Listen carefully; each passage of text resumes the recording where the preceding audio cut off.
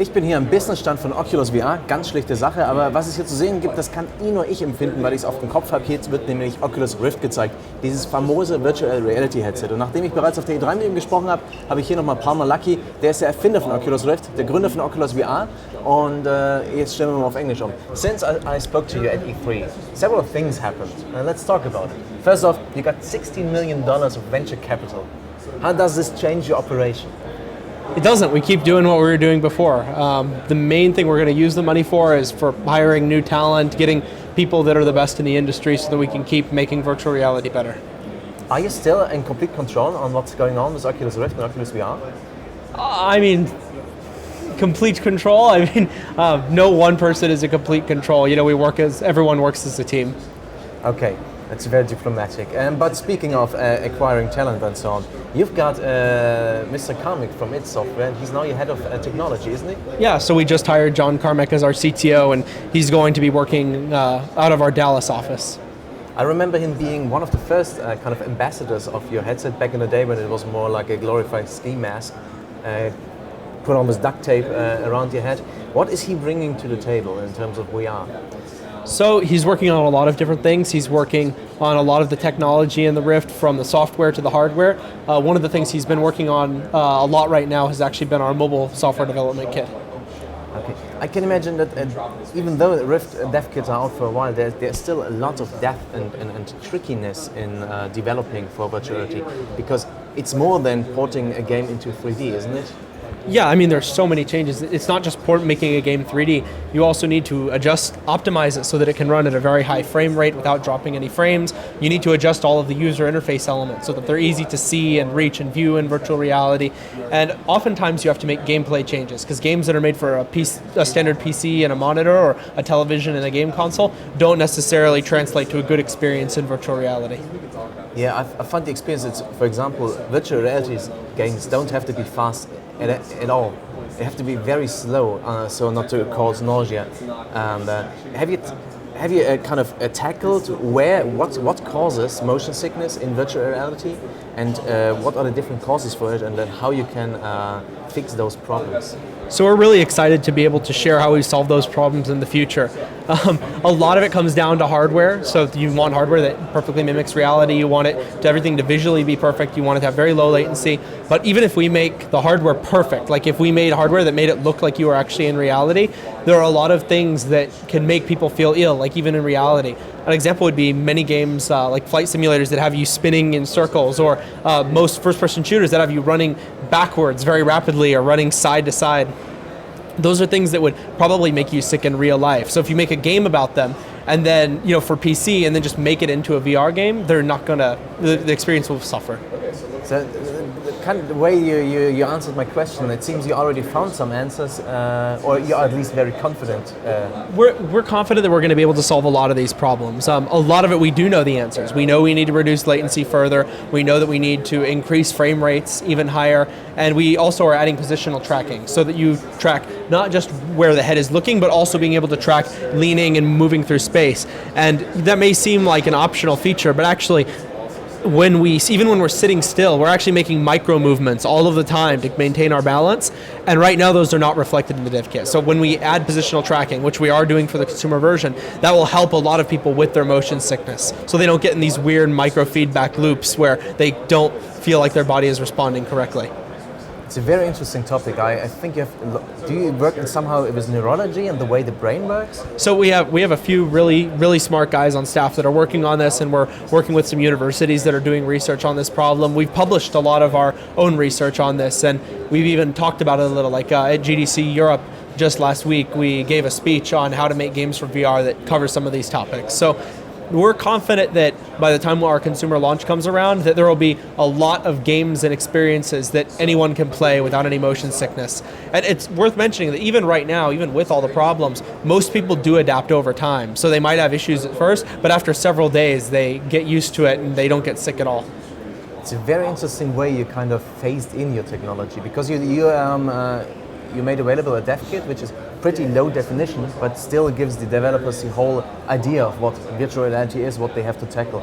And there's lots of software going, lots of hobby projects, lots of garage programmers, It's very interesting. And now you also opened a platform for all those projects. Can you talk a bit more about that? Sure. So we've opened a platform, Oculus Share. Right now it's mostly for developers. One of the problems that a lot of developers were having is that there's these hundreds and hundreds of demos that people are making.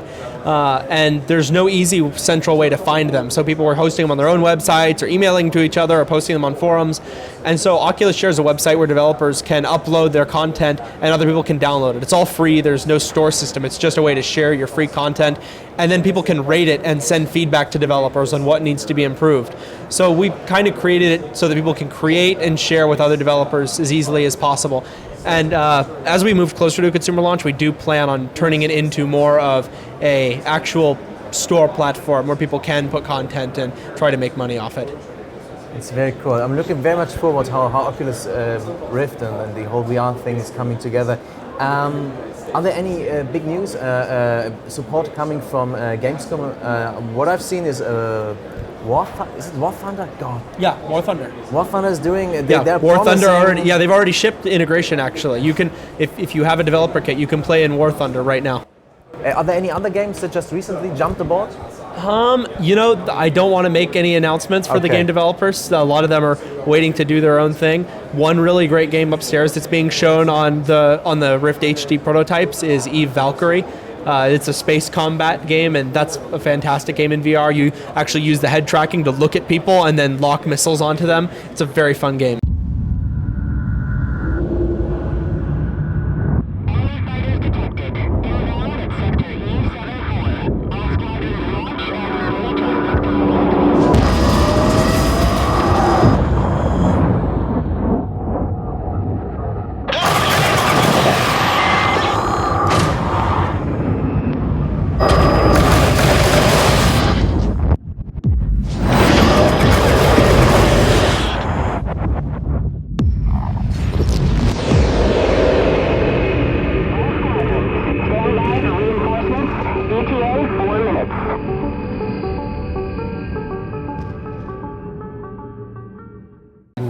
That's looking hot. And generally, Rift support is integrated in some engines right now, isn't it? Yes, so we have integrations with Unreal Engine 3, Unreal Engine 4, and Unity 3 and 4 as well, plus a few other engines. But those are the big ones that a large majority of developers in the industry are using. So, and I know this is a questions I ask all the time, and you guys say no, nothing to say right now. But can you give me any details on when the launch is happening, or how you are phasing into the direction of launch? What will happen? What are the next steps, and when can we expect the silver lining on the horizon and get our hands on it? So we don't have anything to announce, unfortunately. But what we've been telling people is that it will be multiple months, not multiple years. So we're trying to ship this thing out as quickly as we can to people because we know that they don't necessarily want to wait. But we want to make sure the hardware is perfect, and we want to make sure that a lot of these games that developers are working on have time to get completed before we put the hardware out there. One thing I've read about is very interesting that you're kind of eyeing mobile devices as platforms for Rift. Can you elaborate a bit more on that? Sure. So the interesting thing about mobile platforms is that they're moving very rapidly in terms of the technology. Like phones today are twice as powerful as the phones of a year ago, and they're moving even faster than actual normal computers. And there's a lot of things, like you can imagine in a few years, you could actually build mobile hardware into a virtual reality headset that's as powerful as a gaming PC is today and run it all off of that headset. And something you can do right now, before we reach that level of graphical fidelity, even modern phones today can run applications like we've been showing virtual reality cinema, which is a movie theater application that puts you in a virtual movie theater and you can watch any movie you want. You can load it in, and it has a huge screen. And so you can imagine things that runs on a mobile phone right now at full frame rate in 3D. So you could plug a Rift into that, put your Rift in your pocket, and then when you're on a train or a plane or a car trip, you could watch a movie on a really large screen without having to, hold up your phone or look at a little tiny screen the whole time. And we think that that's an example of a mobile VR experience that could be really good. That's a good point. Experiences. I don't think VR or generally Rift is something exclusively used for games. There's a scene in Heavy Rain, I don't know if you've played it, where this agent has a virtual office. Yeah, Stuff where you like can switch this. between the beach and then the different areas. Are people trying around in those? Yeah, there's already applications for even with the Rift developer kit that do things like allow you to plug in other devices like cameras or game consoles and play them as a virtual screen on in the Rift. Other people have made applications where you have like virtual wraparound screens that you can put your desktop or your internet windows and all your applications. So it's kind of like a gigantic wraparound 3D monitor. And those are going to keep getting better as the resolution gets higher. It's amazing. And at the GDC talk, you also hinted at therapeutic appliances. So there's a lot of, VR has actually been used for therapeutic purposes, maybe even longer than it's been used for gaming. Like some successful VR programs right now are using it to treat people their phobias, their fears, by exposing them in a safe way. Another thing in the United States, the military uses it for treating soldiers with post-traumatic stress disorder. So there's a lot of uses for VR. There's medicine, military, police, firefighter training, architecture. So architects can actually build virtual homes and go inside them with their clients and make sure everything is the right size. And then the client can say, oh, that door's too tall, I want you to make it smaller. Oh, that window's too big, I want you to move it over there or make it smaller. And that's something that virtual reality can do that there's nothing else that can do that. Yeah, that's a weird thing. You can look at something on the monitor and you can be in it with virtual reality. It's very hard to describe. You have to see it to believe it. And this is your challenge, isn't it? You have to It is a challenge. Rift on the head of every potential customer, don't you? I think that it is a challenge because people have to see it to believe it, but I think that a lot of people, before they necessarily believe, they do want to see it. I mean, like at Gamescom, we have like a 2-hour line at our booth of people waiting to see it, and they're willing to do it because they really want to see it, to see if they're going to end up believing in it.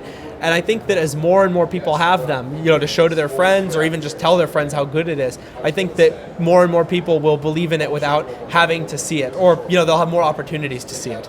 Yeah. I, for one, I'm sold already, and I'm so much looking forward to the foreseeable future when I get more information and more details about the customer version. And finally, I will be one of your first customers. I'm looking very much forward, and I wish you best of luck with it, and a great time until then. Thank you very much. I look forward to it too. Cheers.